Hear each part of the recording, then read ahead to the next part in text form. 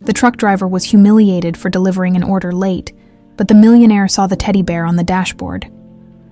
It was the same one his daughter carried every day before disappearing 20 years ago. The diesel engine roared like a wounded beast as Olivia Brooks downshifted her 18-wheeler, the massive truck groaning under the weight of another late delivery. Her calloused hands gripped the steering wheel tighter than necessary, knuckles white against the worn leather. She was already 3 hours behind schedule, and the fancy GPS on her dashboard kept recalculating the route to some ritzy mansion in Greenwich, Connecticut, the kind of place where people like her weren't supposed to exist. "Damn traffic," she muttered, glancing at the little navy blue teddy bear swaying gently from her rearview mirror. The stuffed animal was threadbare. Its once vibrant color faded to a dusty blue-gray, but it had been her only constant companion for as long as she could remember. A small golden star was hand-embroidered on its chest, slightly crooked, and there was a tiny scar on its left arm where the stitching had come loose years ago. The Whitmore estate loomed ahead like something out of a movie. Iron gates that probably cost more than she'd make in 5 years. Manicured lawns that stretched forever, and a mansion that looked like it could house half the homeless population of New York. Olivia felt her stomach clench. Rich people always made her feel like dirt, and she had a feeling this delivery wasn't going to be any different. She pulled up to the service entrance, killed the engine, and grabbed her clipboard. The silence after the diesel's rumble felt almost oppressive. Everything here was too clean, too perfect, too far removed from the world she knew. Truck stops, greasy diners, and motels where the sheets were questionable, but the price was right. The service door opened before she could knock, and a woman in a crisp uniform appeared. "You're late," the woman said curtly, not even looking at Olivia's face. "Traffic was a nightmare," Olivia replied, trying to keep her voice level. "I've got the delivery from Morrison's Industrial Supply. Mr. Whitmore is not pleased, he's been waiting." Olivia's jaw tightened. Of course he was waiting. Rich people always acted like their time was worth more than everyone else's. "Well, I'm here now. Where do you want it?" Before the woman could answer, footsteps echoed across the marble foyer behind her. Heavy, deliberate steps that spoke of power and impatience. Olivia looked up to see a man striding toward them. Tall, probably in his late 50s, with silver hair perfectly styled and a face that screamed money and authority. His suit probably cost more than her truck payment. This had to be Richard Whitmore, the business magnate she'd heard about on the radio, the guy who owned half the companies on the East Coast and had a reputation for being absolutely ruthless in his dealings. 3 hours, he said, his voice cutting through the air like a blade. 3 hours I've been waiting for a simple delivery. Olivia straightened her shoulders. She'd dealt with plenty of jerks in her line of work, but something about this guy's tone made her blood pressure spike. "Look, I'm sorry about the delay, but..." "Sorry." Richard's laugh was cold and sharp. "You people are always sorry. Sorry you're late. Sorry you're incompetent. Sorry you exist." His eyes swept over her work clothes, her steel-toed boots, the grease stain on her jacket sleeve. "Do you have any idea what my time is worth? What this delay has cost me?" Heat rose in Olivia's cheeks. "I said I was sorry. Traffic was backed up for miles because of construction. It's not like I was sitting around doing nothing. People like you," Richard continued, his voice dripping with disdain, "are exactly what's wrong with this country. No work ethic, no respect, no understanding of responsibility. You're the scum of society, and frankly, you don't deserve to set foot on property like this." The words hit Olivia like physical blows. She'd heard variations of this speech before, from bosses who thought they were better than her, from customers who looked down on blue-collar workers, from people who'd never had to worry about where their next meal was coming from. But something about the venom in this man's voice, the absolute certainty that she was beneath him, made her see red. "You know what?" she snapped, stepping closer. "I may be people like me, but at least I work for a living. I don't sit in some ivory tower judging people I don't know anything about. And for your information, I've been driving for 12 hours straight to get your precious delivery here, so maybe you could show a little..." She stopped mid-sentence because Richard Whitmore had gone completely still. His face had drained of all color, and he was staring past her with an expression she couldn't quite read. Fear, shock, recognition. Olivia followed his gaze and realized he was looking at her truck, more specifically, at the little teddy bear hanging from her mirror. visible through the passenger window. The silence stretched between them, heavy and strange. Richard's breathing had become shallow, and his hands were actually trembling. The arrogant, powerful businessman from 30 seconds ago had vanished, replaced by someone who looked like he'd seen a ghost. "Where?" Richard's voice came out as barely a whisper. He cleared his throat and tried again. "Where did you get that bear?" Olivia glanced back at her truck, confused. "What bear?" "The blue one. In your truck." Now she was really confused. "I've had it forever." "Why?"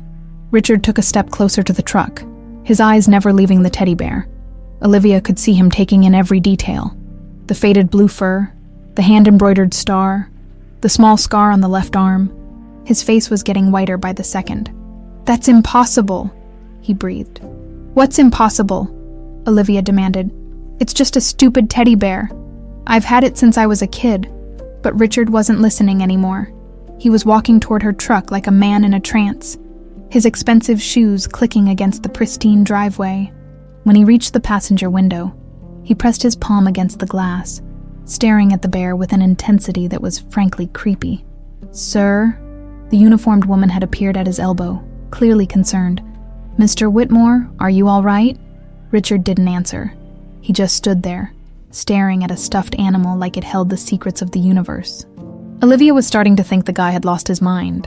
Rich people were weird, but this was next-level strange. "Look, I need to get going," Olivia said, uncomfortable with the whole situation.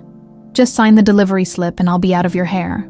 That seemed to snap Richard out of whatever trance he'd been in.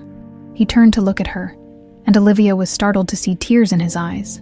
Actual tears. "What's your name?" he asked, his voice hoarse. "Olivia Brooks." He repeated it softly, like he was testing how it sounded. Then, without another word, he turned and walked back into the house, leaving Olivia standing there with her mouth open and absolutely no idea what had just happened. The uniformed woman stepped forward with an apologetic smile. "I'm so sorry about that, Mr. Whitmore hasn't been... well, he's had a difficult few years. Let me get that delivery slip signed for you." As Olivia waited, she glanced back at her teddy bear swaying gently in the afternoon breeze. She'd always wondered where it came from, why it felt so important to her, even though she couldn't remember getting it. The bear was her earliest memory, really, the one constant in a childhood filled with foster homes and uncertainty. But why would a rich businessman in Connecticut care about her old stuffed animal? Richard Whitmore stood in his study, hands shaking as he poured himself a scotch he didn't want but desperately needed. The amber liquid burned his throat, but it couldn't burn away the image seared into his mind. That navy blue teddy bear with its hand-embroidered golden star and tiny scar on the left arm, the bear he'd commissioned from a Native American artist in Santa Fe 27 years ago. The bear his daughter Maddie had clutched every single night until she was taken from him. The memories came flooding back like a dam had burst. Maddie's 7th birthday party, her squealing with delight when she saw the custom-made bear. "He's perfect, Daddy. He's going to protect me forever." She'd named him Captain Stardust because of the golden star. And from that moment on, they were inseparable. Richard's hands trembled as he set down his glass and walked to the wall safe hidden behind a Monet painting. His fingers fumbled with the combination, Maddie's birthday, and pulled out a manila folder he hadn't opened in years. Inside were photos from that terrible night 20 years ago. Police reports, ransom demands, and a single picture of his daughter's room after the kidnapping. Everything exactly as she'd left it, except for one crucial detail. Captain Stardust was gone. The night played out in his mind like a horror movie he'd watched 1,000 times. October 15th, 2005, he was hosting a charity gala for underprivileged children. The irony wasn't lost on him now. 300 of Greenwich's elite sipping champagne while his 7-year-old daughter slept upstairs, completely vulnerable to the monsters creeping through his security like it was tissue paper. Diane had been there that night, playing the perfect hostess as always. His sister had always been jealous of his success, but he'd never imagined the depths of her resentment until it was too late. The masked men had moved with military precision. They'd disabled the security system, neutralized his guards, and taken Maddie from her bed while a string quartet played Mozart in the ballroom below. By the time anyone realized what happened, they were gone, vanishing into the Connecticut night with his entire world. The ransom demand came 12 hours later. $50 million in absolute silence. No police, no FBI, no media. Just the money in exchange for his daughter's life. Richard had paid without hesitation. Liquidated assets. Emptied accounts. Sold stocks. He would have given them everything he owned for Maddie's safe return. But the kidnappers took his money and disappeared, leaving him with nothing but empty promises and a hole in his soul that 20 years hadn't healed. What he'd never known, what the police never discovered, was that his own sister had orchestrated the entire nightmare. 3 states away, in a cramped apartment in Newark, Peter Sanders woke up screaming from the same nightmare that had haunted him for 2 decades. He was 62 now, graying and worn down by guilt, but he could still see that little girl's face as clearly as if it happened yesterday. He'd been desperate back then, deep in debt to the wrong people, facing threats against his own daughter. When Diane Blake approached him with a job that would solve all his problems, he'd jumped at it without asking enough questions. $50,000 to grab a kid, hold her for a few days while the ransom was paid, then disappear. Easy money. Except nothing about that night had been easy. Peter and his crew had executed the plan flawlessly. Diane had given them the security codes, the guard schedules, even Maddie's bedroom layout. She'd thought of everything, except the human element. When Peter saw the little girl sleeping peacefully in her pink princess bed, clutching that blue teddy bear like a lifeline, something inside him shattered. She looked exactly like his own daughter Emma had at that age. Same dark hair, same innocent face, same way of curling up small when she slept. The plan was simple after the kidnapping. Take the girl to a remote cabin in the Adirondacks. Wait for the ransom payment, then eliminate the only witness who could identify them. Diane had been very clear about that last part. No loose ends. But when the time came, Peter couldn't do it. He'd killed before. Bad men who deserved it. But this was different. This was a child whose only crime was being born into the wrong family. When he looked into Maddie's terrified eyes, all he could see was Emma. So he'd made a choice that haunted him every day since. Instead of following Diane's orders, he'd driven through the night to Asheville, North Carolina, and left the girl at St. Catherine's Children's Home with a fabricated story about finding her wandering the streets. He'd told them her name was Olivia Brooks, a name he'd made up on the spot, and that she seemed to have amnesia from some kind of trauma. The head injury she'd sustained during the kidnapping had caused genuine memory problems, so his story was believable enough. The nuns took her in, asked few questions, and Peter drove away thinking he'd saved her life. He'd never told his crew what really happened. Let them think he'd followed through with Diane's instructions. He'd taken his blood money and tried to disappear, but the guilt followed him everywhere. Every time he looked at his own daughter, he thought about the family he'd destroyed. The father who would never know his child was still alive. Diane had been furious when she learned Maddie's body was never found, but Peter had convinced her that he'd disposed of it so thoroughly that not even forensics could find traces. She'd seemed satisfied with that explanation, probably because she was too busy covering her own tracks to investigate further. Over the years, Peter had kept tabs on Olivia from a distance. He'd watched her grow up in the foster system after aging out of St. Catherine's, watched her struggle to make something of herself, despite having no family, no support system, no safety net. She'd become a trucker at 18, living on the road like she was running from ghosts she couldn't name. She was a good kid, woman now, who'd turned out nothing like what Peter expected from someone with her background. Instead of becoming bitter or criminal, she'd developed an almost compulsive need to help others, especially kids in situations like the one she'd grown up in. Peter had heard through various channels that she donated most of her income to children's charities and spent her downtime volunteering at homeless shelters. The irony was crushing. The daughter of one of America's richest men was living paycheck to paycheck, sleeping in truck stops, and giving away money she couldn't afford to lose, all because of a choice Peter had made 20 years ago. He'd thought about coming forward 1,000 times, thought about finding Richard Whitmore and telling him the truth. But what good would it do now? Olivia had built a life for herself, and dredging up the past would only cause more pain. Besides, Diane Blake was still out there, still dangerous. If she discovered that Maddie was alive, she'd finish what she'd started, so Peter had kept his silence, carrying the weight of his decision like a stone in his chest. He'd followed Olivia's career from afar, reading trucking industry publications that occasionally featured stories about female drivers. checking police reports in areas where she worked to make sure she was safe. He'd never expected their worlds to collide again. Never imagined that fate would put Olivia Brooks face to face with Richard Whitmore in a chance encounter that could unravel everything. But as Peter sat in his dingy apartment, staring at a newspaper article about Whitmore Industries that featured a recent photo of Richard, he had a sinking feeling that 20 years of carefully maintained silence was about to come to an end. Some secrets, he realized, were too big to stay buried forever. Richard hadn't slept in 3 days. Every time he closed his eyes, he saw that teddy bear swaying in the truck window, taunting him with possibilities he was afraid to believe. He'd paced the halls of his mansion until his housekeeper started giving him worried looks, and he'd gone through half a bottle of scotch trying to convince himself he was losing his mind. But the bear was real.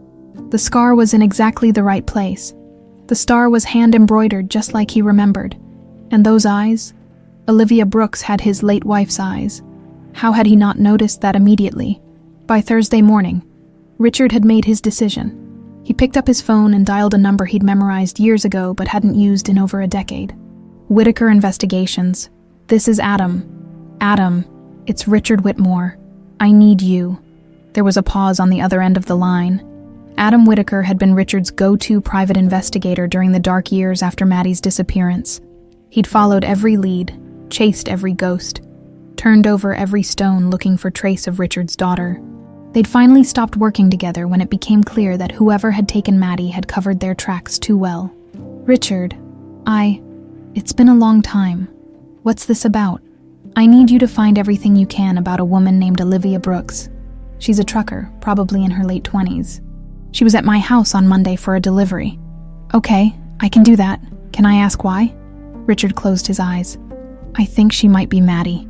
The silence stretched so long that Richard wondered if the call had dropped. Finally, Adam's voice came back, gentler than before. Richard, we've been down this road. How many times have you thought you found her? Remember the girl in Seattle? The one in Phoenix? You can't keep doing this to yourself. This is different. Richard's voice was steel. She has Captain Stardust. Another pause. Adam had been there during those first terrible months. He knew about the bear. Knew how important it was. Knew that Richard had never mentioned it to the media or the police to keep that detail from inspiring false hope or copycat claims. I'll start the background check today, Adam said quietly. By Friday afternoon, Adam was sitting in Richard's study with a thick file and an expression Richard couldn't quite read. What did you find? Richard asked, his heart hammering against his ribs. Adam opened the file slowly.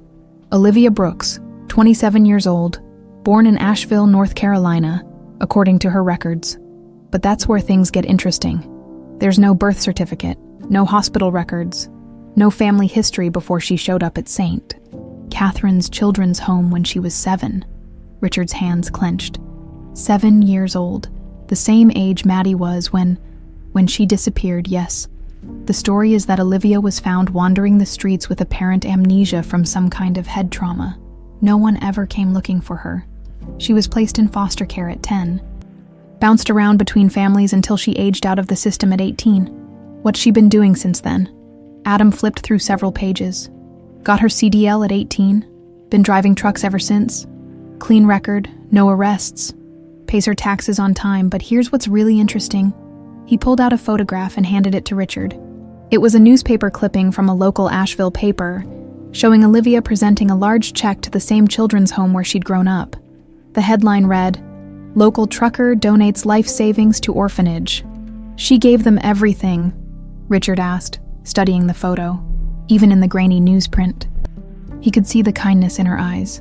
Almost everything. She kept enough to maintain her truck and basic living expenses, but the rest, about $40,000, went to improving the facility, new playground equipment, updated kitchen, better bedrooms for the kids. Adam pulled out more clippings. And it's not just money. She volunteers there whenever she's in town, reads to the kids, helps with homework, takes them on field trips when she has time off. Richard felt his throat tighten. It sounded exactly like something his Maddie would do. Even as a child, she'd been obsessed with helping others, constantly asking if they could invite the lonely kids at school over for dinner or give her toys to children who didn't have any. There's more, Adam continued. I talked to some people in the trucking community. Olivia has a reputation for going out of her way to help other drivers. She's pulled people out of wrecked rigs, given her last $20 to someone whose truck broke down, even adopted a stray dog that was hanging around a truck stop in Nevada. What happened to the dog? She founded a home with a family in Colorado, drove 300 miles out of her way to make sure it went to good people. Adam looked up from the file.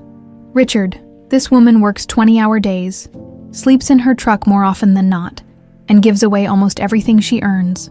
She's either a saint or she's trying to fill a hole she doesn't understand, Richard finished. Like she's searching for the family she lost but can't remember. Adam nodded slowly. There's something else. I found her medical records from when she first arrived at St. Catherine's. The head injury was consistent with blunt force trauma, possibly from a fall or being struck with something. And Richard, she had nightmares. Terrible nightmares about being taken from a big house with music playing. Richard's vision blurred. The night Maddie was taken, the charity gala had been in full swing. A string quartet had been playing in the ballroom when the kidnappers struck. I need to see her again, Richard said. Richard, be careful. If this really is Maddie, approaching her wrong could traumatize her further. She doesn't remember you. Doesn't remember her old life. You can't just walk up and tell her who she is. But Richard wasn't listening. His mind was already racing ahead, forming a plan. He needed to get close to Olivia, needed to observe her, needed to find some way to know for certain, and he had an idea. 2 days later, Olivia was grabbing dinner at Murphy's truck stop outside Albany when an older man in worn jeans and a flannel shirt slid into the booth across from her. Sorry, this seat's taken, she said, without looking up from her meatloaf. Mind if I sit anyway? Place is pretty crowded and these old bones don't like standing around. Olivia looked up and saw a man in his 50s with graying hair and kind eyes. He looked like every other retired trucker who hung around truck stops, swapping stories and complaining about how the industry had changed. Sure, I guess, she said, making room. Name's Rick, the man said, extending a weathered hand. Rick Wilson. Drove for 30 years before I hung up my keys. Olivia Brooks. She shook his hand, noting the calluses that suggested he really had worked with his hands. What brings you to Murphy's? Oh, just killing time. My daughter lives about an hour from here, and I was early for dinner. Thought I'd stop by the old stomping grounds, see if anything's changed. Rick, who was actually Richard Whitmore in clothes borrowed from his groundskeeper, smiled warmly. You look young to be driving the big rigs. How long you been at it? 9 years, Olivia said, relaxing slightly. There was something comforting about talking to someone who understood the life. Started when I was 18. 18.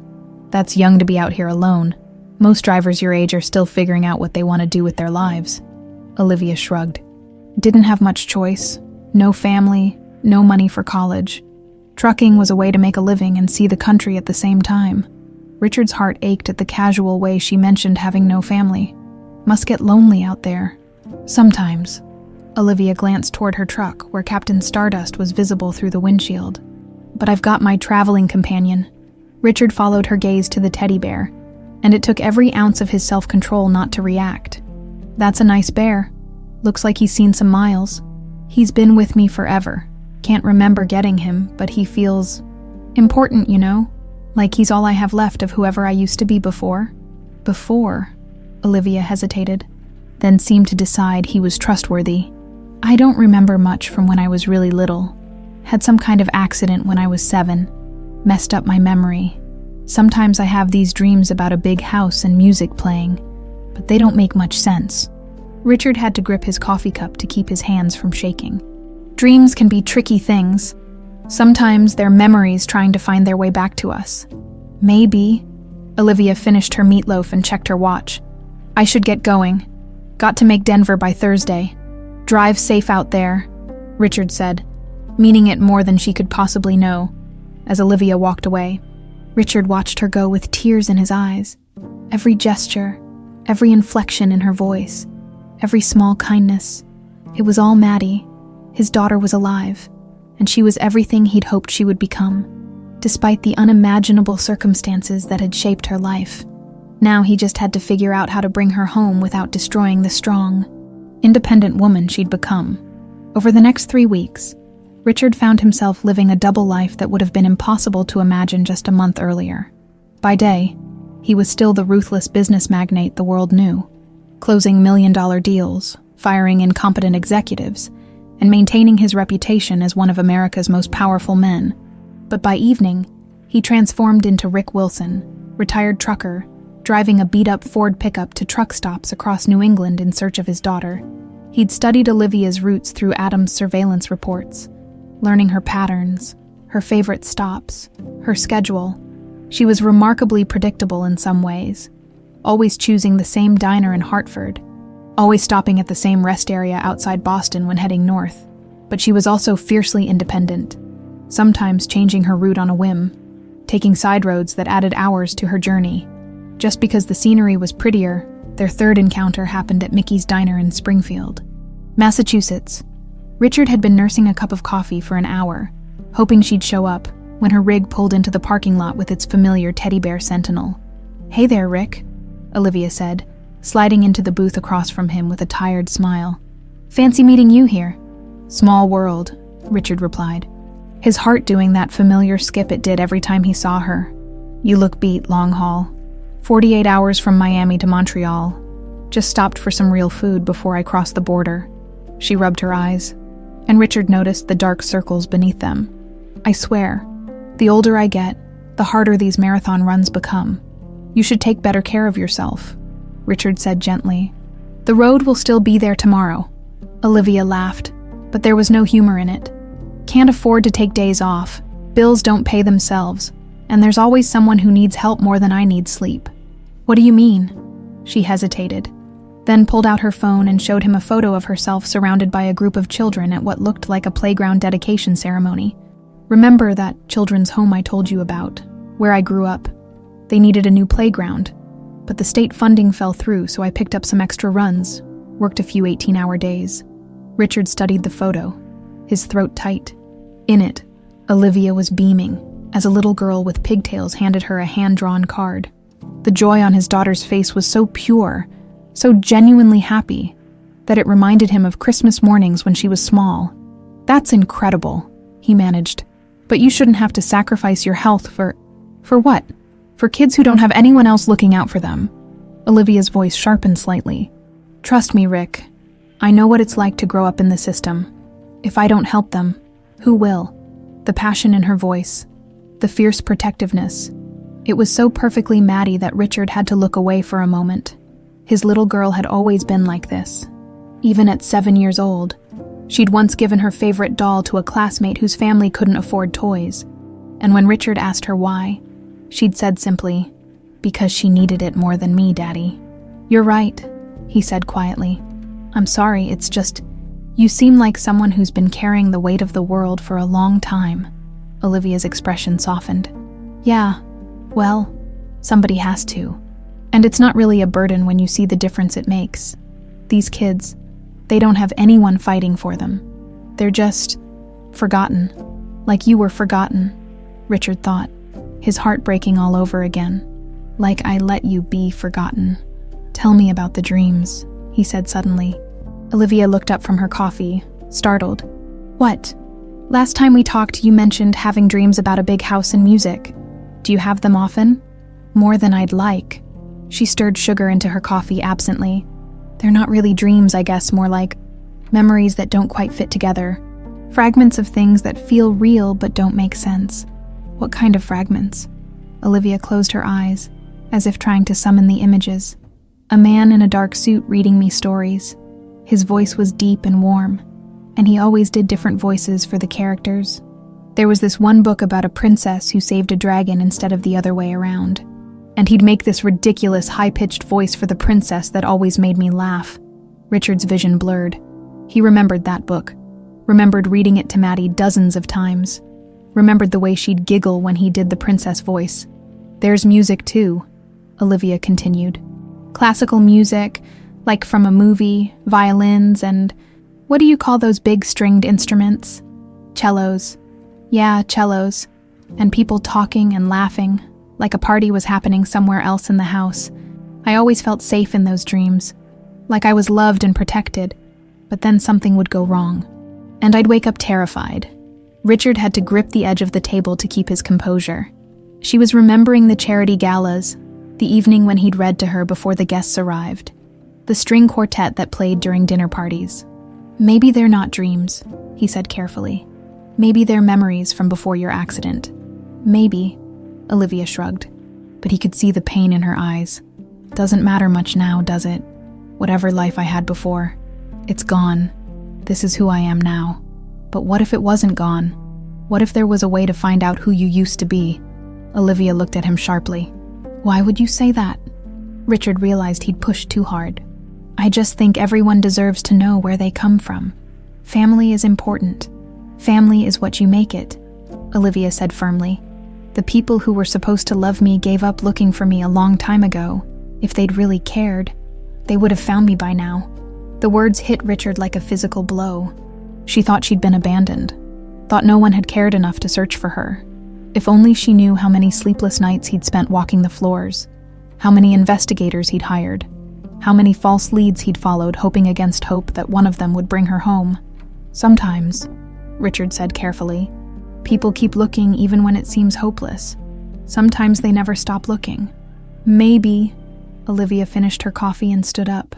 "But hope can be dangerous when you hold on to it too long. Better to focus on the life you have than dream about the one you lost." As she walked toward the register, Richard made a decision that would change everything. He needed proof. Real, scientific proof that Olivia was Maddie.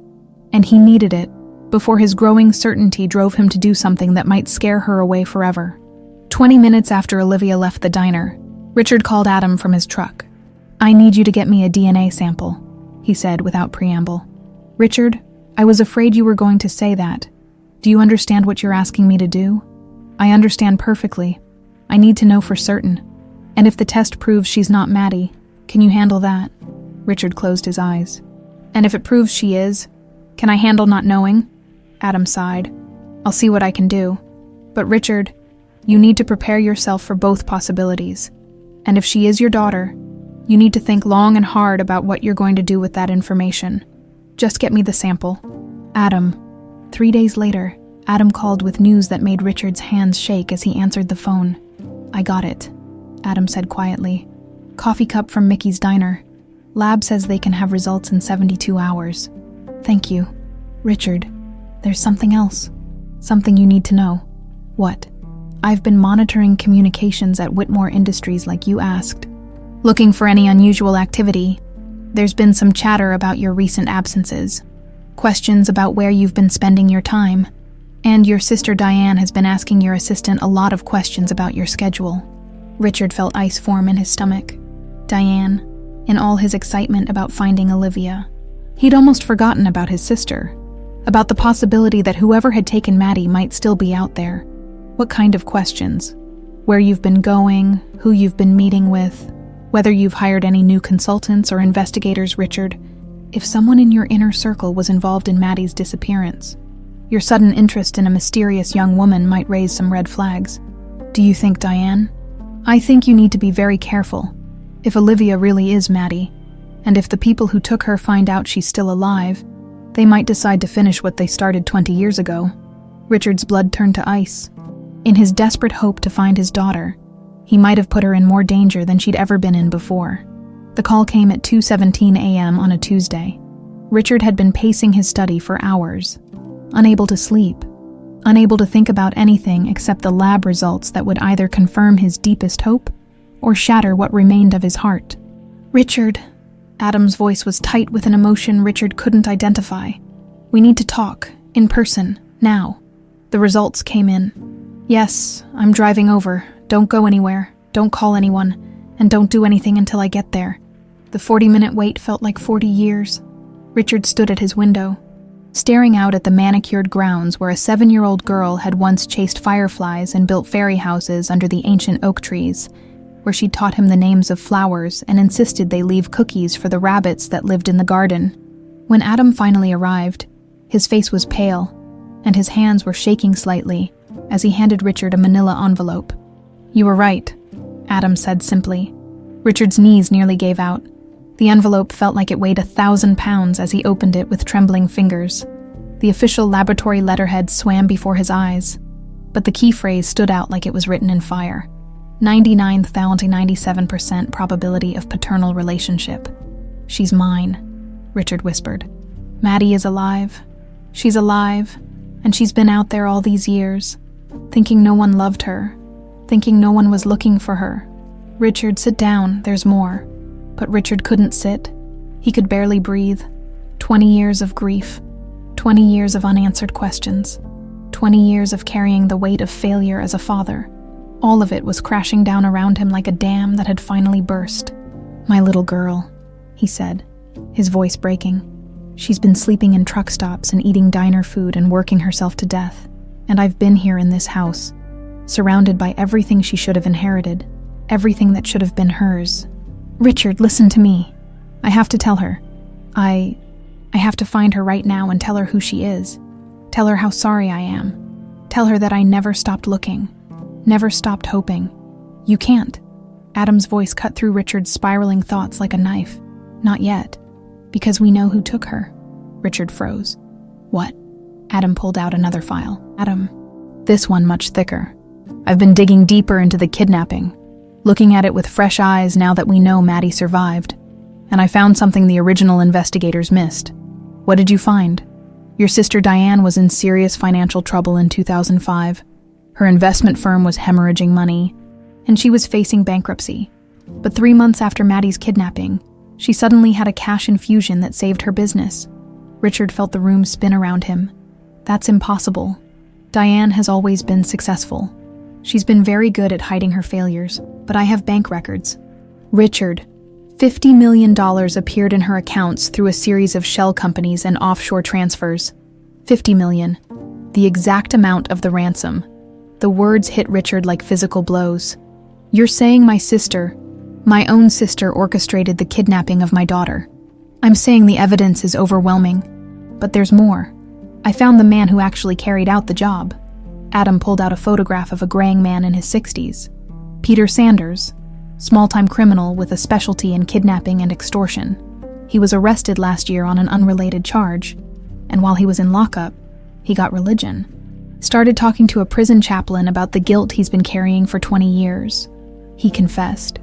Not officially, but the chaplain kept notes of their conversations, and he mentioned details about a job he did in Connecticut in 2005. A job involving a little girl and a teddy bear, and a client who wanted the child eliminated after the ransom was paid." Richard's blood turned to ice. Eliminated. According to the chaplain's notes, Sanders couldn't go through with killing a child. Instead, he took her far away and left her somewhere safe, somewhere she'd be found and cared for. St. Catherine's Children's Home in Asheville. "Exactly, Richard. Your daughter is alive because a criminal grew a conscience. But Diane thinks Maddie is dead. She's been living with that belief for 20 years, secure in the knowledge that her crime could never be discovered." Richard sank into his chair, the full horror of the situation washing over him. His own sister, the woman who'd comforted him during the darkest days after the kidnapping, who'd helped him plan the funeral service they'd held without a body, who'd told him repeatedly that he needed to move on and accept that Maddie was gone, had been the architect of his family's destruction. Where is he now, Sanders? That's the problem. He was released from prison 6 months ago, and I haven't been able to track him down. But if I can find him, if I can get him to testify about what really happened, we can destroy Diane. More than that, we can give Olivia the truth about what happened to her. And Richard, she needs to know before you approach her as her father. She needs to understand why she was taken, why she lost her memory, why she's been alone all these years." Richard stood up abruptly. "Then we find Sanders, tonight. I don't care what it costs or what it takes. I want him found. I'm already on it. But Richard, there's something else you need to consider. If we're right about Diane, and if she finds out that Maddie is alive and you're getting close to the truth, she'll try to finish what she started."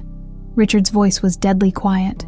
"She'll try to kill my daughter, which is why we need to be extremely careful about how we handle this. No more chance encounters at truck stops. No more following her around if Diane is watching you, and I think she is. Any unusual behavior could put Olivia in danger. Then what do you suggest?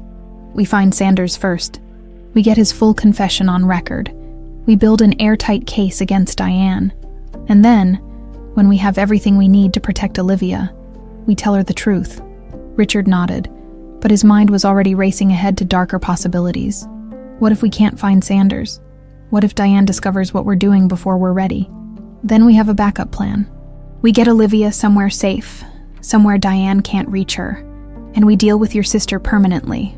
The coldness in Adam's voice reminded Richard that his friend had once been military, had served in places where problems were solved with methods that didn't involve courtrooms or due process.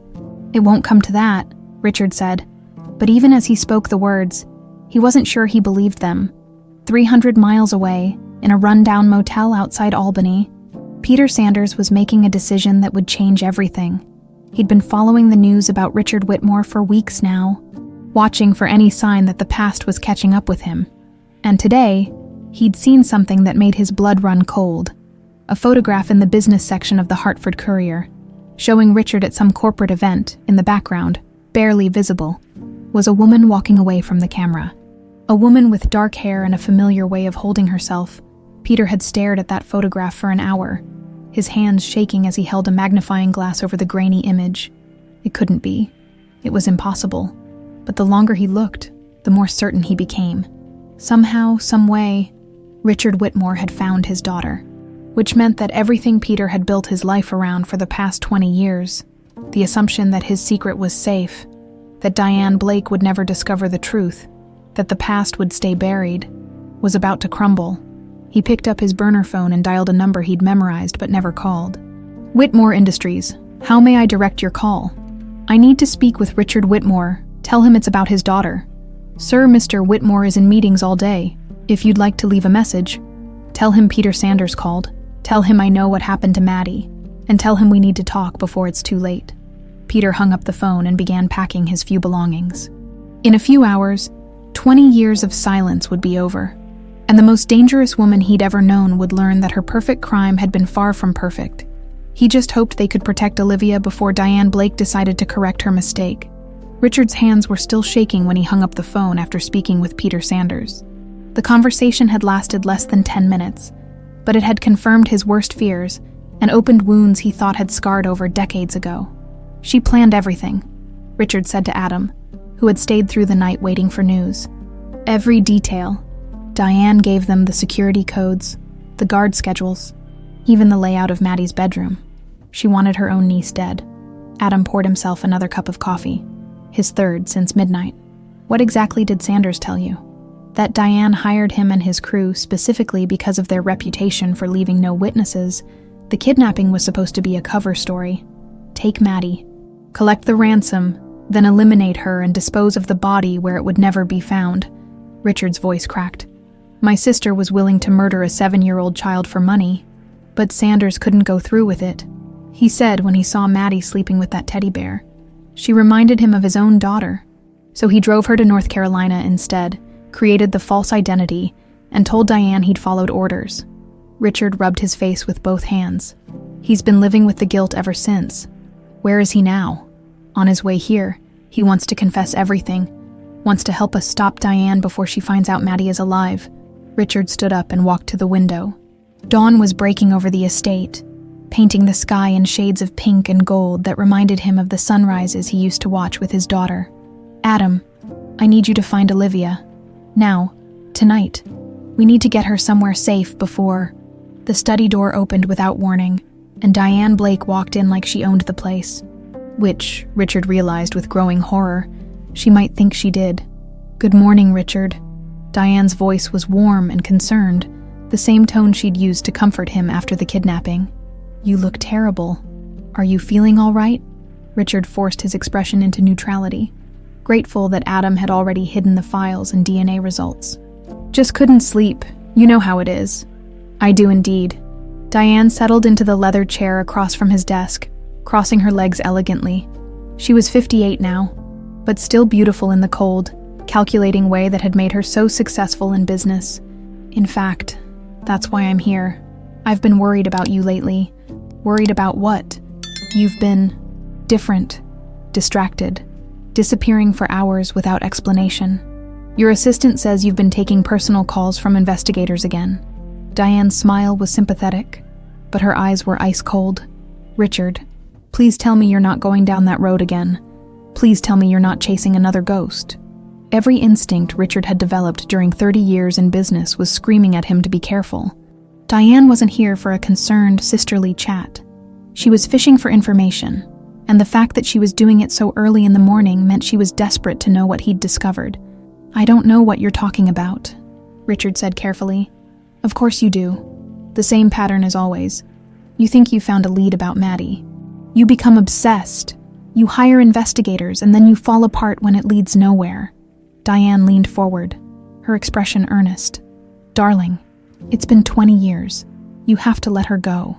The casual cruelty of those words, coming from the woman who had orchestrated his daughter's kidnapping, made Richard want to leap across the desk and wrap his hands around her throat.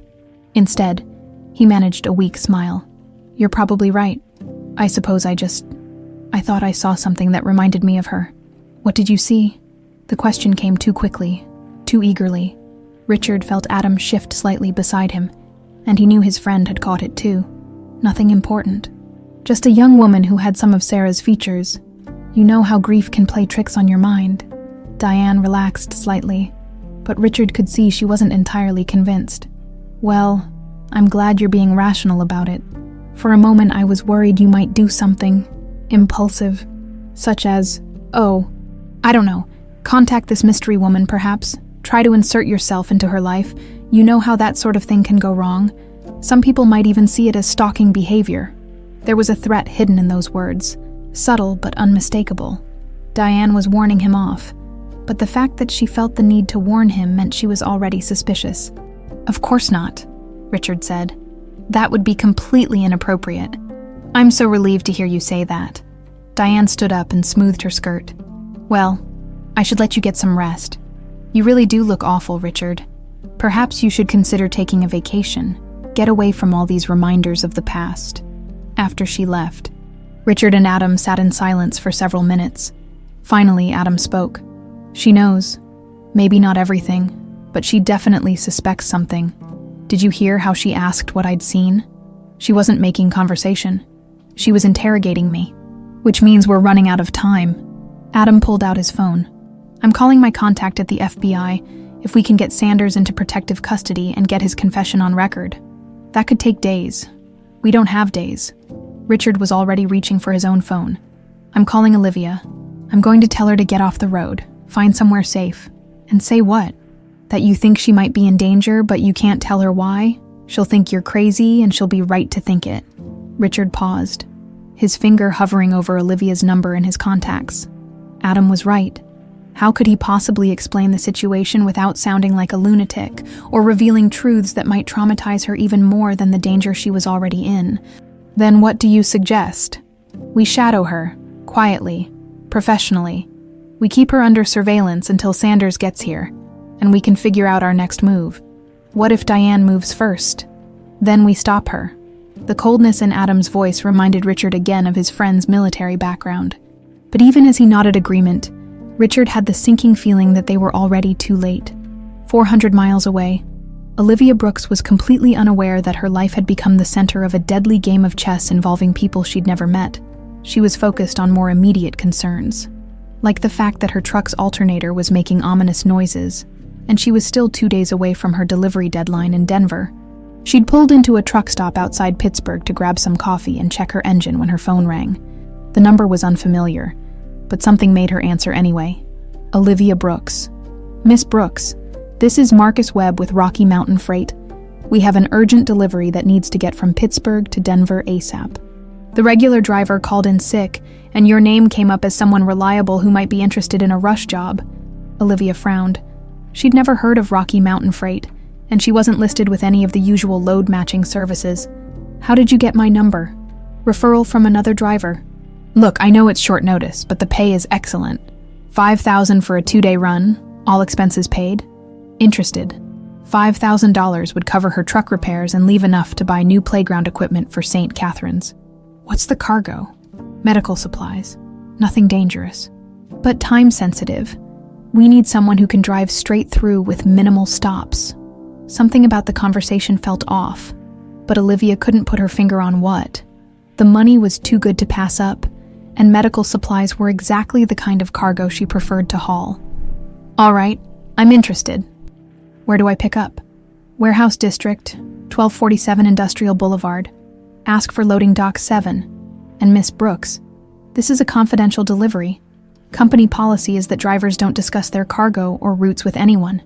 Can you handle that?" "Sure, I guess." "Excellent. How soon can you be here?" Olivia checked her watch. "Give me 2 hours." "Perfect. And Miss Brooks, drive safely. We wouldn't want anything to happen to you." The line went dead, and Olivia stared at her phone with a growing sense of unease. There had been something in the man's voice when he said that last part, something that made it sound less like concern and more like a warning. But $5,000 was $5,000, and she'd been driving trucks long enough to handle whatever weirdness corporate types wanted to throw at her. As she climbed back into her cab and fired up the engine, Olivia had no idea that she was driving straight into a trap that had been set by a woman who'd been planning her death for 20 years. The teddy bear swayed gently from the mirror as she pulled out of the truck stop, and for just a moment, Olivia could have sworn she heard music playing.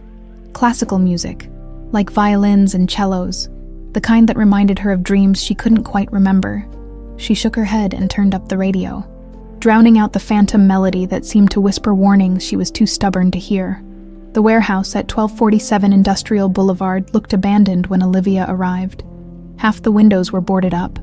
Weeds grew through cracks in the parking lot, and the only sign of life was a single black SUV parked near loading dock 7. Every instinct she'd developed during 9 years of trucking was telling her to turn around and drive away, but $5,000 was $5,000. She backed her rig up to the dock and climbed down from the cab, her boots echoing in the empty lot. The dock door was already open, revealing a dark interior lit only by a few flickering fluorescent lights. "Hello," she called out. "I'm here for the pickup." 2 men emerged from the shadows, and Olivia immediately knew she'd made a mistake. They weren't warehouse workers. They moved like predators, and there was something cold and professional about the way they watched her approach. "Olivia Brooks." The taller one had a scar running from his left ear to his jaw. "That's me. Where's the medical cargo?" "Change of plans," Scarface said. "You're the cargo now." Olivia was already moving before his hand reached inside his jacket. 9 years of sleeping in truck stops had taught her to recognize danger, and she'd learned long ago that the first person to react usually survived. She sprinted toward her truck, keys in hand, as footsteps pounded behind her. She reached the cab just as something whistled past her ear, a bullet that shattered her passenger window and sent glass cascading onto the seat. Her hands shook as she jammed the key into the ignition, and for one terrible moment, the engine just cranked without starting. "Come on! Come on!" she whispered, pumping the gas pedal. The diesel engine roared to life just as Scarface reached her door. Olivia slammed the truck into gear and floored it, feeling the satisfying thud as her rear bumper caught him in the hip and sent him spinning away. In her mirrors, she could see him rolling on the asphalt while his partner ran toward the black SUV. She had maybe a 30-second head start, but her rig was loaded, and theirs wasn't, on city streets. They'd catch her easily, but if she could make it to the interstate, if she could get into the mountains where her knowledge of trucking routes would give her an advantage. Her Keeb radio crackled to life. "Breaker 19, this is Big Dog looking for that pretty lady in the blue Peterbilt. You got your ears on." "Darling," Olivia's blood ran cold. The voice was different from the man on the phone, but the tone was the same, predatory and confident. They were already coordinating, already hunting her like a pack of wolves. She grabbed the microphone. "This is Olivia Brooks driving eastbound on I-76. I'm being pursued by armed men who tried to kidnap me at the Industrial Boulevard warehouse. If anyone's listening, please call 911. Now, Olivia," came another voice, this one female and cultured. "There's no need for dramatics. We just want to have a conversation. Lady, I don't know who you are, but your boys just shot at me. Whatever conversation you want to have, it can happen through lawyers. I'm afraid that's not possible. You see, our conversation is 20 years overdue. Hello, Maddie." The name hit Olivia like a physical blow. For a moment, her vision blurred, and the truck swerved toward the guardrail before she wrestled it back under control. That name. She'd heard it before, in dreams that felt more like memories, spoken by a voice that made her feel safe and loved. "I don't know what you're talking about. she said, but her voice was shaking. Of course you don't. The head injury took care of that, didn't it? Convenient, really. We told Peter to make sure you couldn't remember anything, and he certainly delivered. Peter. Another name that sent fragments of memory spinning through her mind. A man's voice saying he was sorry. The sound of car doors slamming. The smell of antiseptic and fear. Who are you? Olivia whispered. Someone who made a mistake 20 years ago. Someone who's going to correct that mistake tonight. The black SUV appeared in her mirrors. Gaining fast. Behind it, she could see a second vehicle. A white van that was keeping pace. They had her boxed in from behind, and the mountain pass ahead offered limited places to turn around or take alternate routes. Olivia reached for her phone to call 911, but there was no signal. The mountains were notorious for dead zones, and whoever was chasing her had probably planned for that. She was on her own. The road began to climb into the Rockies, switchbacks and steep grades that would normally slow her down to a crawl.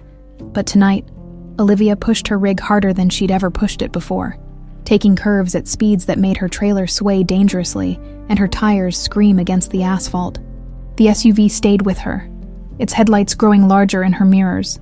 At this altitude, in these conditions, one mistake would send her plummeting hundreds of feet into a rocky ravine.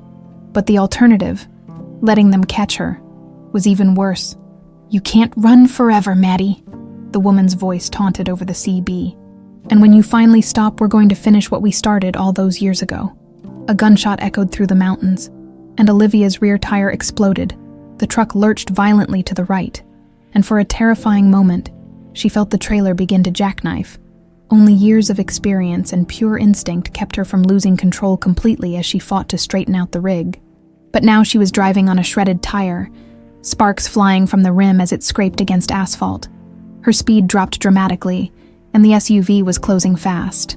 Ahead, the road curved sharply to the left around a massive boulder outcropping. Beyond that curve, Olivia knew, was a scenic overlook with nothing but a 1,000-foot drop and a flimsy guardrail between the road and oblivion. She was trapped. As she rounded the curve, her headlights illuminated the overlook, and something else. Another vehicle parked at the far end, its driver standing beside the guardrail as if he'd been waiting for her. It was an older man in jeans and a flannel shirt, and even in the darkness, Olivia recognized him immediately. Rick! She breathed. The man she knew as Rick Wilson was waving frantically, gesturing for her to stop. But that was impossible. The SUV was right behind her, and if she stopped now, they'd have her cornered with nowhere to run unless... Olivia made a decision that would have terrified her if she'd had time to think about it. Instead of stopping, she aimed her dying truck straight at the guardrail, building up as much speed as she could manage on the rim. At the last possible second, she yanked the wheel hard left and hit the brakes, sending her trailer sliding sideways across the asphalt in a controlled jackknife that blocked the entire width of the road. The SUV, traveling too fast to stop, slammed into the side of her trailer with a thunderous crash of metal and glass. Olivia was thrown against her door as the cab tilted dangerously, teetering on the edge of the precipice. Through her shattered windshield, she could see nothing but darkness and stars. A 1,000-foot drop that would kill her instantly if the truck tipped over. The SUV's engine was steaming, its front end crumpled, but she could see movement inside. They weren't dead, just stunned, and it wouldn't be long before they recovered enough to finish what they'd started. Olivia, Rick was running toward her truck, and there was something in his voice. Desperation, terror, love, that made her heart clench. Hold on, don't move. Rick, get out of here, she shouted back. They've got guns. They're trying to kill me. I know who they are, Rick called out, now close enough that she could see tears streaming down his face. And I know who you are, Maddie, my little Maddie. The name hit her again. But this time it came with a flood of images. A man reading her stories, classical music playing in a big house, the smell of expensive cologne and the feeling of being completely, utterly safe. Daddy, the word came out as barely a whisper, but somehow he heard it. Yes, baby, it's me, it's Daddy, behind them. Car doors slammed as the SUV's occupants struggled out of the wreckage. Olivia could see a woman now, elegant even with blood trickling from a cut on her forehead. The woman was pointing a gun at Rick, at her father. How touching, the woman said, her cultured voice carrying clearly in the thin mountain air. A family reunion. Too bad it's going to be so brief. Olivia recognized her now from dreams that weren't dreams at all. This was the woman who'd visited their house, who'd always smiled at Maddie but never with her eyes, who'd made her feel uncomfortable in ways a child couldn't understand. "Aunt Diane," Olivia said, the memory surfacing like a bubble rising from deep water. "Very good, darling. I wasn't sure how much you'd remember." Diane kept the gun trained on Richard. "Now, why don't you come out of that truck very slowly? We have so much catching up to do." Olivia's truck cab swayed precariously on the edge of the cliff, metal groaning under the stress as she carefully unbuckled her seatbelt. One wrong move would send the entire rig tumbling into the abyss below, but staying put meant watching her father, the father she was only just beginning to remember, die at the hands of the woman who destroyed their family. "Careful now, Maddie," Diane called out, her voice sickeningly sweet. "We wouldn't want you to fall before we've had our little chat." Olivia eased the driver's door open, wincing as the cab tilted another few degrees toward the precipice. Cold mountain air rushed in, carrying the scent of pine and the promise of snow. Her boots found purchase on the running board, then on solid ground, and she slowly raised her hands to show she was unarmed. "There's a good girl," Diane said. "Now step away from the truck and join your dear daddy." As Olivia moved toward Richard, more memories flooded back like water bursting through a cracked dam.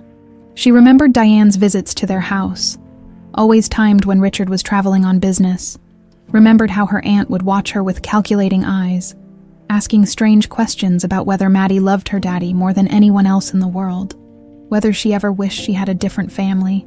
"You planned all of this," Olivia said, her voice stronger now as the pieces fell into place. "You had me kidnapped." "Oh, darling, it was so much more elaborate than that." Diane's smile was cold and proud.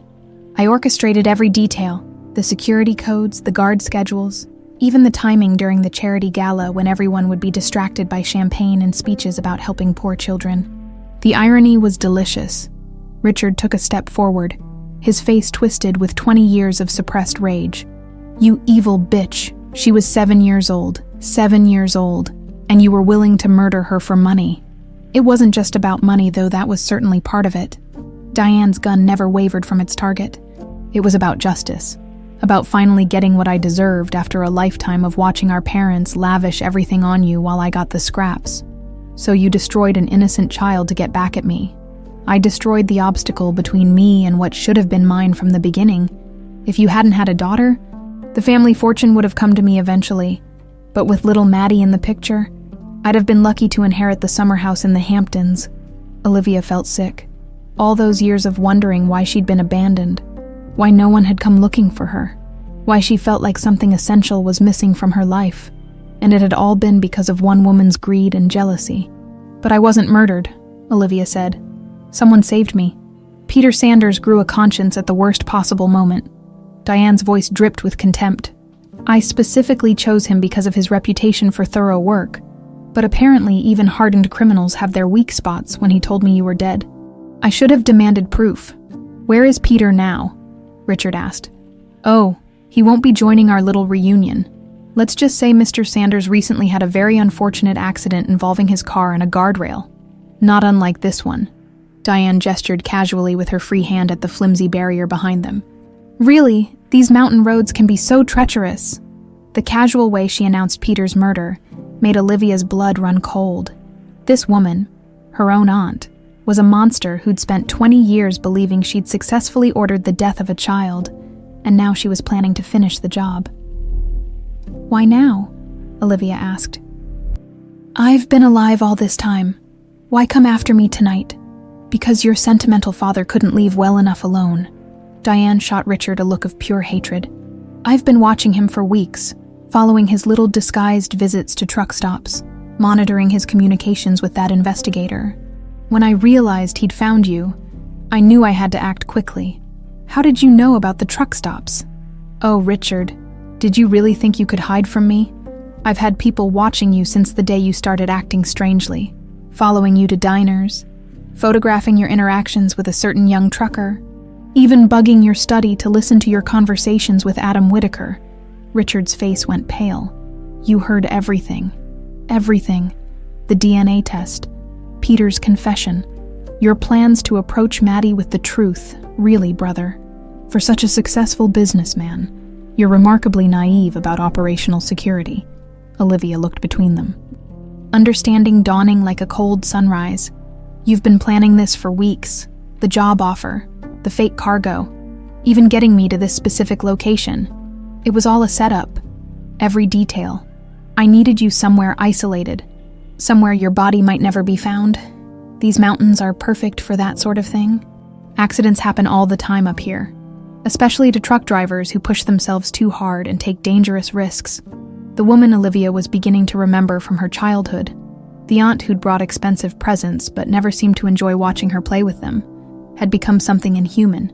Diane spoke about murder as casually as discussing the weather, as if the lives she'd destroyed were nothing more than inconvenient paperwork. You won't get away with this, Richard said. Adam knows where I am, if something happens to us. Mr. Whitaker is currently unconscious in the trunk of that white van over there. Diane nodded toward the second vehicle, which Olivia now noticed was parked strategically to block any escape route. He'll unfortunately be another casualty of tonight's tragic accident. 3 deaths, all explainable by a combination of reckless driving and unfortunate circumstances. Olivia felt the last of her hope drain away. Diane had thought of everything, planned for every contingency. There was no cavalry coming, no miraculous rescue, just a father and daughter who'd found each other 20 years too late, about to be separated forever by the same evil that had torn them apart the first time. I want you to know something before you die, Diane continued, her voice taking on an almost conversational tone. Your father never stopped looking for you. He spent millions on investigators, followed hundreds of false leads, held memorial services on your birthday every year. He's been completely obsessed with finding you for 2 decades. Why are you telling me this? Olivia asked. Because I want you to understand that his love for you is what's going to get you both killed. If he'd just moved on, accepted that you were gone, you could have lived out your life as Olivia Brooks and no one would have been the wiser. But Richard could never let go, could never stop believing you were out there somewhere. His love was always his greatest weakness, and your greatest fear, Richard said quietly. Diane's composure cracked for just a moment. What? You were always afraid that someone might love me the way no one ever loved you. That's what this is really about, isn't it? Not money, not inheritance, jealousy. You couldn't stand that I had something you wanted, but could never have. Shut up. The gun trembled slightly in Diane's hand. A daughter who loved me unconditionally, a family that was real instead of just a business arrangement. You tried to destroy that, but even after 20 years apart, Maddie and I found each other again. That must be eating you alive. I said, shut up. Diane's voice rose to a near scream. You failed, Diane. You took my daughter away from me, but you couldn't destroy our bond, and now she knows the truth about what you did. She knows I never stopped looking for her.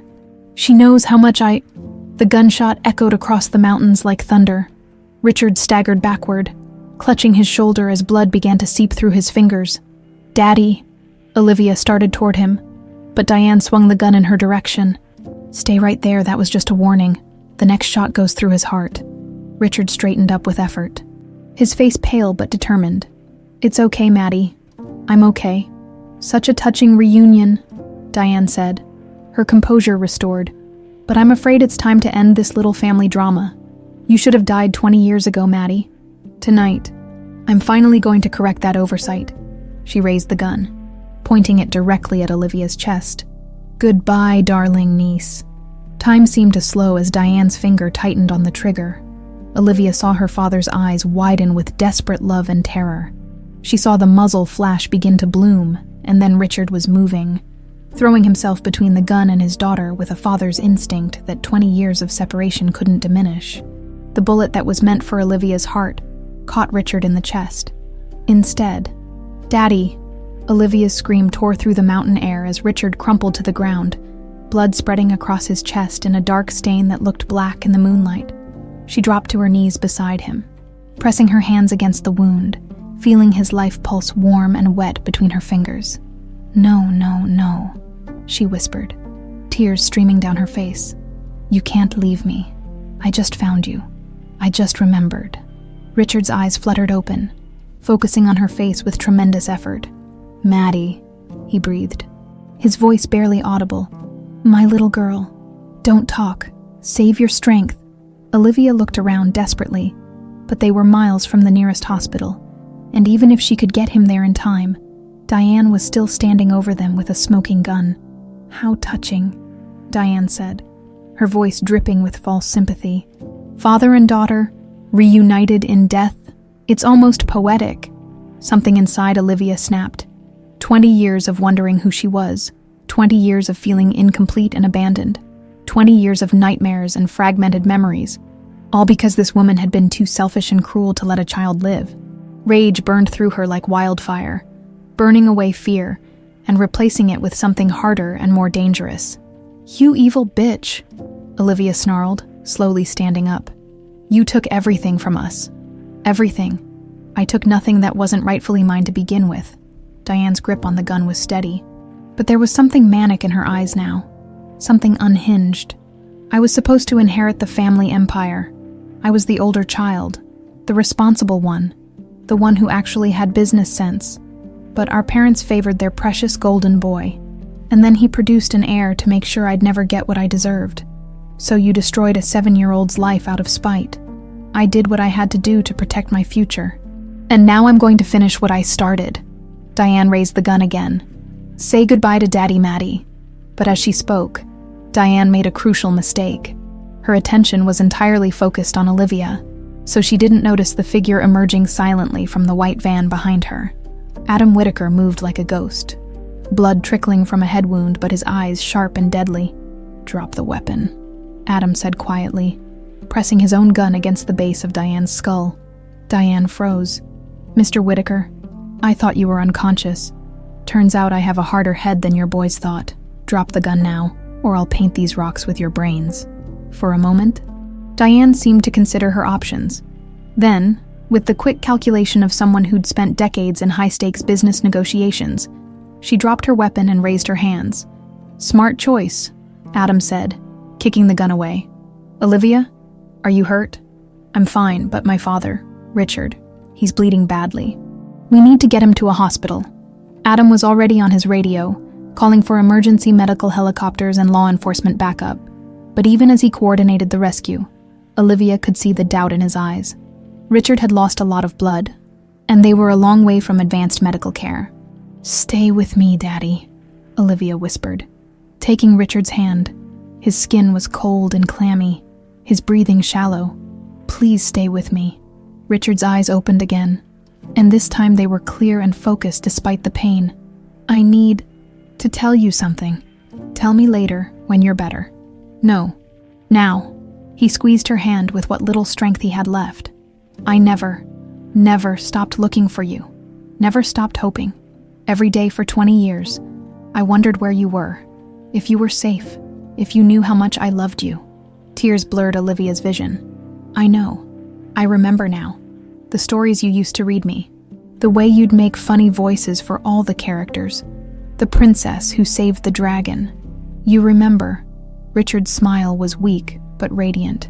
"My brave little princess. I remember the music, too. The parties with the string quartet. How you'd let me stay up past my bedtime to listen from the top of the stairs.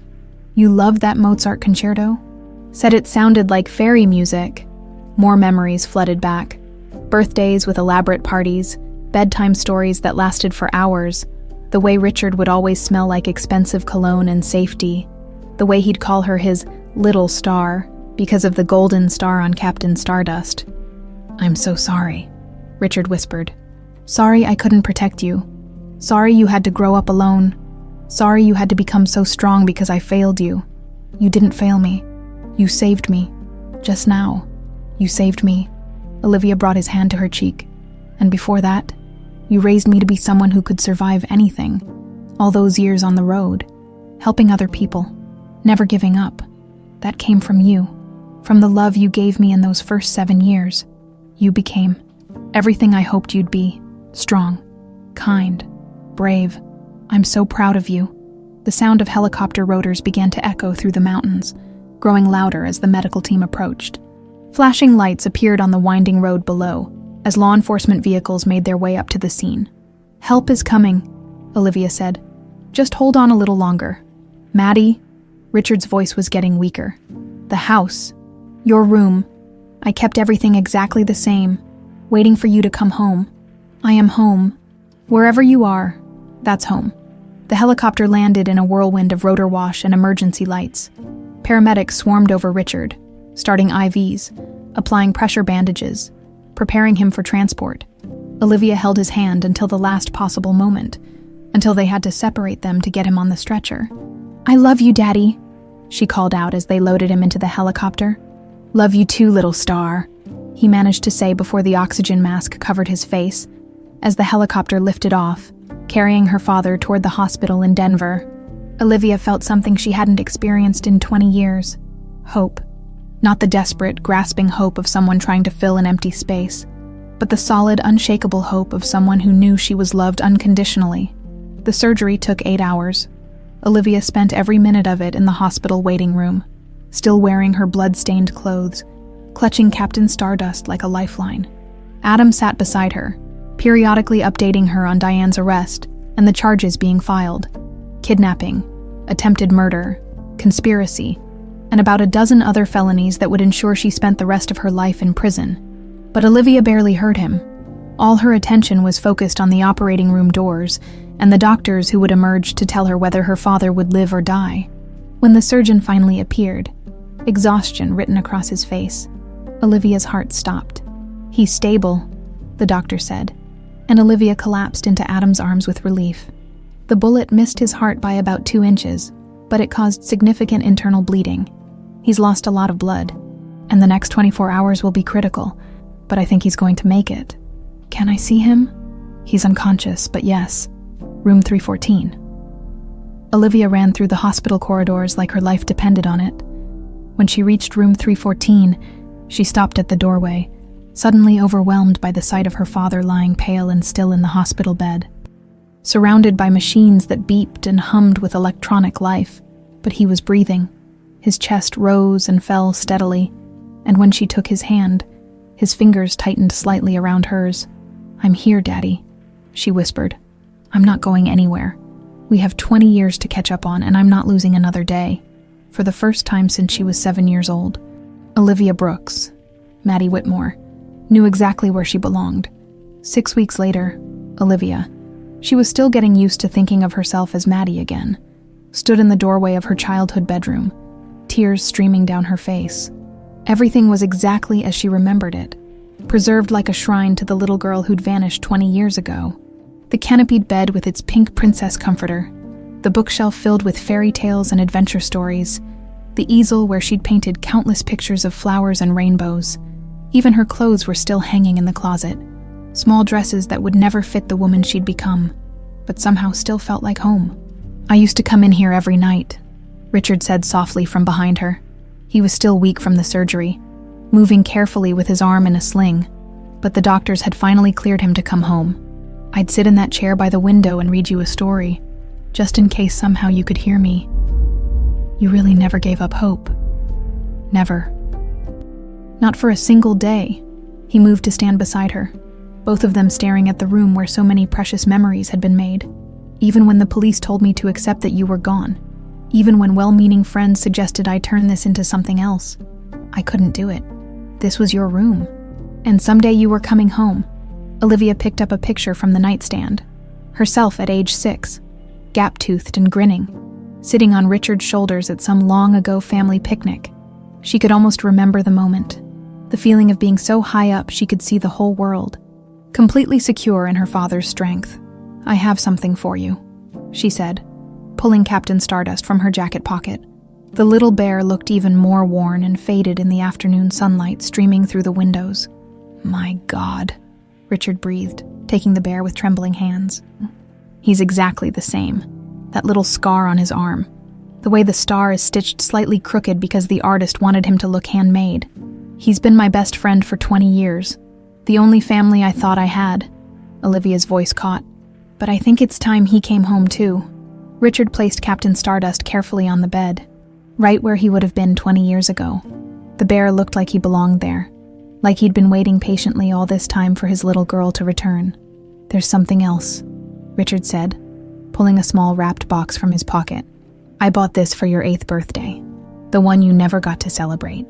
I've been carrying it around for 20 years, waiting for the right moment to give it to you." Olivia unwrapped the box with shaking hands. Inside was a delicate gold necklace with a star pendant that perfectly matched the one embroidered on Captain Stardust's chest.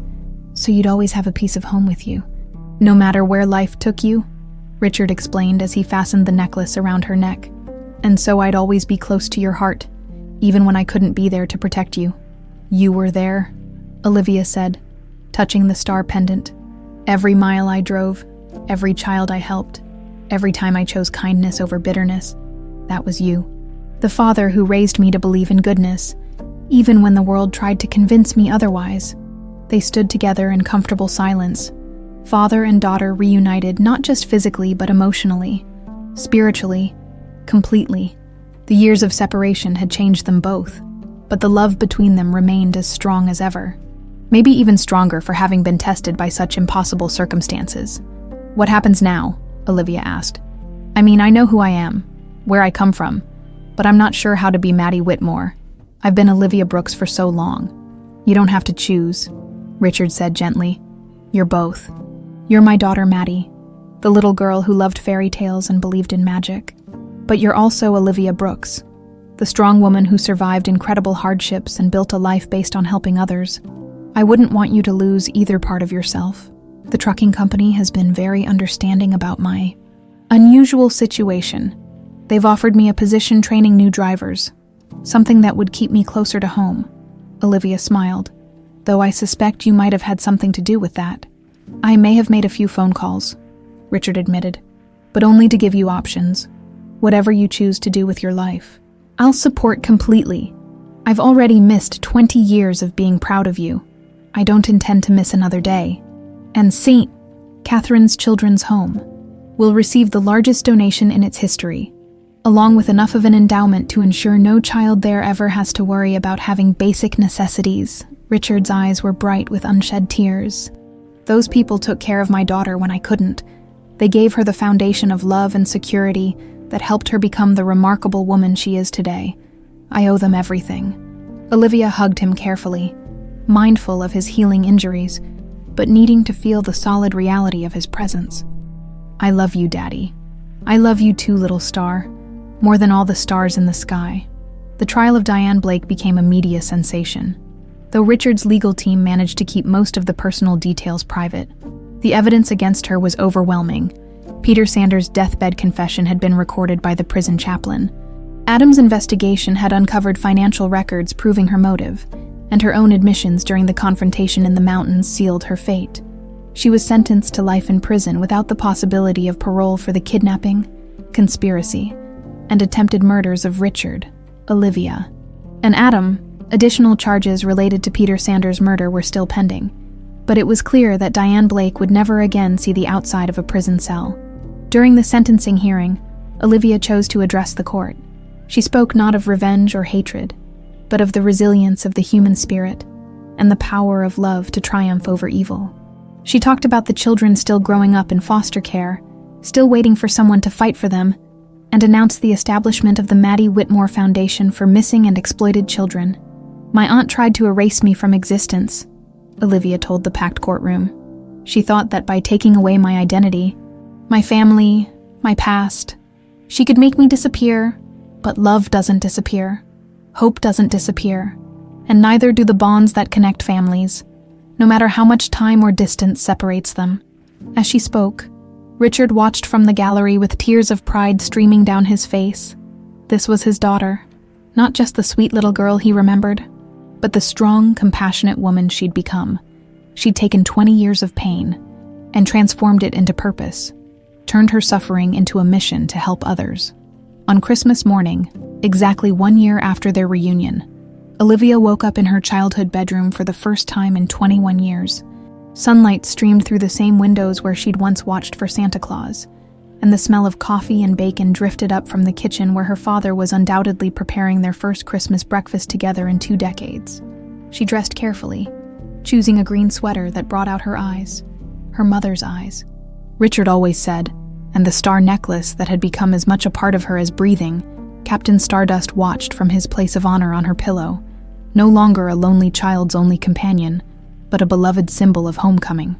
Downstairs, she found Richard standing at the stove, humming Mozart, the same concerto she'd loved as a child. He turned when he heard her footsteps, and his face lit up with the same joy she remembered from Christmas mornings long ago. "Merry Christmas, little star." "Merry Christmas, Daddy." They sat together at the dining room table where she'd once eaten birthday cake and done homework and listened to her father's stories. Through the windows, they could see the gardens where she was planning to build a playground for the children who would visit through the Foundation's programs. "Any regrets?" Richard asked as they shared their Christmas meal. "About the life you left behind, the freedom of the road." Olivia considered the question seriously. There were things she missed about trucking: the independence, the constantly changing scenery, the simple satisfaction of delivering needed goods across the country. But there were so many things she'd gained that she'd never even known she was missing. "No regrets," she said finally. "That life taught me who I was.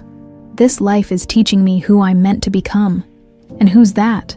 "Your daughter, a woman who helps lost children find their way home. Someone who knows that family isn't just about blood. It's about the people who never stop believing in you, even when you're gone." Richard reached across the table and took her hand, the same hand he'd held when she was small and afraid of thunderstorms, the same hand that had guided her first attempts at writing her name. "Welcome home, Maddie. It's good to be home, Daddy." Outside, snow began to fall gently on the estate, where a little girl had once played and dreamed and felt completely safe in her father's love. Inside, that same little girl, now grown into a woman of strength and compassion, sat with the father who'd never stopped waiting for her return. Some fairy tales, it turned out, really did have happy endings. They just took a little longer than expected to unfold. Captain Stardust, watching from the living room mantel where he now held a place of honor, seemed to smile with his crooked stitched mouth. After 20 years of keeping watch over a lost little girl, his job was finally complete. The princess had saved the dragon, just like in the old stories, and they all lived happily ever after.